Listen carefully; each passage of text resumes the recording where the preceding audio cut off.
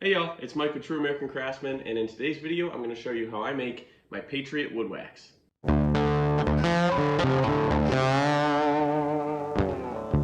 So if you didn't already know, wood wax is generally made of a set of waxes and some oils.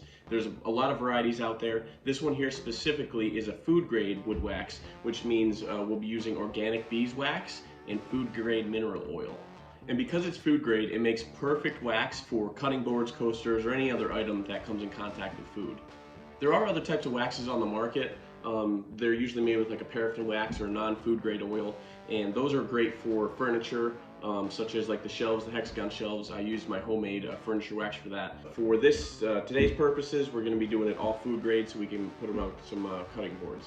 And this wax is perfect for cutting boards, coaster sets, charcuterie boards, wine caddies, or any other hardwood item that comes in contact with food. So why I like using wood wax compared to a lot of like oils or other types of finishes for wood is because it creates an awesome sheen on the wood, which if you look at my hexagon build video that I made last week, you'll see a perfect example of that. It also protects the wood from moisture, so for your cutting boards or coasters, or your charcuterie boards, it gives that little thin layer of wax so the wood doesn't get soaked up with water. Besides those other benefits, I think the most intriguing to many people is that it holds the color of the wood a lot longer than other finishes. If you look at this picture here, this first one here is prior to using any type of wood wax, and the second one here, you can see how the grain and the color of the wood actually pops. It makes it just look awesome. So hey, if you're ready to batch out some wood wax with me, let's get into it. We're first going to gather all of our ingredients and supplies. This includes 1 pound of organic beeswax, 64 ounces of food-grade white mineral oil, whatever containers you choose to use, either tins or mason jars, a crock pot, and a measuring cup. We start out by measuring 64 ounces of food-grade mineral oil and adding them to the crock pot. Now I like to use a crock pot because beeswax is actually flammable, so keeping it away from open flames is kind of a necessity.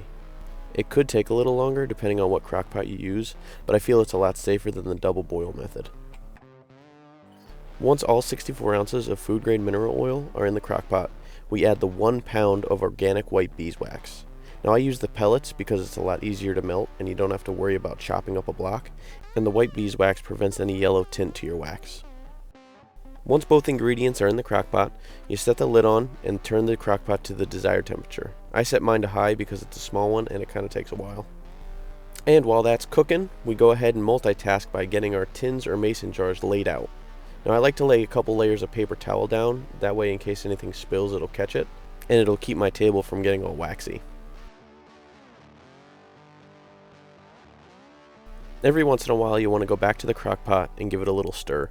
This helps break up any bunches of the pellets. When your mix starts to look like this, you know you're almost there. So again, give it a little bit of a stir and then put the lid back on and wait just a little bit longer. Once you've noticed all the beeswax pellets are melted and it's a nice clear liquid, you're ready to rock. So I'll use the same measuring device to pour the wax mix into the tins, but you can use any type of pouring device, whatever's going to make less of a mess. So I'll try and fill the tins as close as I can to the top, but you don't have to worry about it because when it melts it kind of shrinks, so then you could just go back through and top it off. For this batch of wax, I'll be filling 48 2-ounce tins. It'll also make 24 4-ounce tins. I haven't done it in mason jars, so I can't tell you exactly how many mason jars it'll make. So after you get all the wax mix into the tins, go ahead and let it solidify for a few hours, maybe get another project done or something while you wait. And there are a few identifiers that'll tell you if it's fully solidified. The first being that the tin is no longer warm, the second being it's a nice flat surface on top, and the third being if you push your finger on top of it, it won't break through the surface. And once those are fully solidified, it's time to clean off any excess wax that spilled onto the tins and then put the lids on. To clean off the tins, you just use a dry paper towel. The wax will come right off. If you'd like to see some of this wood wax in action, go ahead and head over to my Instagram at True American Craftsman. I post regular pictures and videos of Patriot wood wax in use. Now you don't have to do this next part, but after the tins are cleaned and the lids are on, you can go ahead and start labeling all your tins. I'll use some Windex on the top of the lids to get rid of any excess wax or oils, and then I'll slowly put the stickers on so they look nice and clean. So now it's on to my favorite part, the testing. Right here is a paddock, walnut, and maple coaster. It's super popular, and I always use the Patriot wood wax to finish it off. You can just see as soon as you put it on, the mineral oil gets soaked into the wood, and the wax gives it that nice sheen. Now for my wood wax, I recommend to leave it on for at least 30 minutes, the longer the better, and then take another clean cloth and wipe off the excess wax.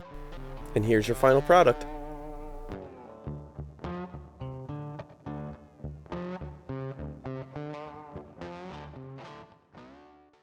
Hey, so I hope you enjoyed this video. I hope you learned a little something along the way. I like to batch out my wood wax, like I said. You know, I first started just making it for my own supply and, you know, using it on the boards and stuff that I make, and then all of a sudden it kind of blew up, and now I'm making, you know, a couple dozen a week just to send out to people. So if you are a small business or a small shop and you wanted to add a wood wax line to your inventory, whether just to push it out with your cutting boards or maybe you wanted to start a whole nother line and try and sell them, just go ahead and reach out to me. I'll help you out as best I can. Either go to my Instagram and DM me, True American Craftsman, or shoot me an email, trueamericancrafts.com, or hey, just go ahead and comment down below saying, hey, I want to learn a little bit more, and I'll reach back out to you. So hey, if you liked the video, go and hit that like button for me, and if you want to see more like it in the future, hit subscribe.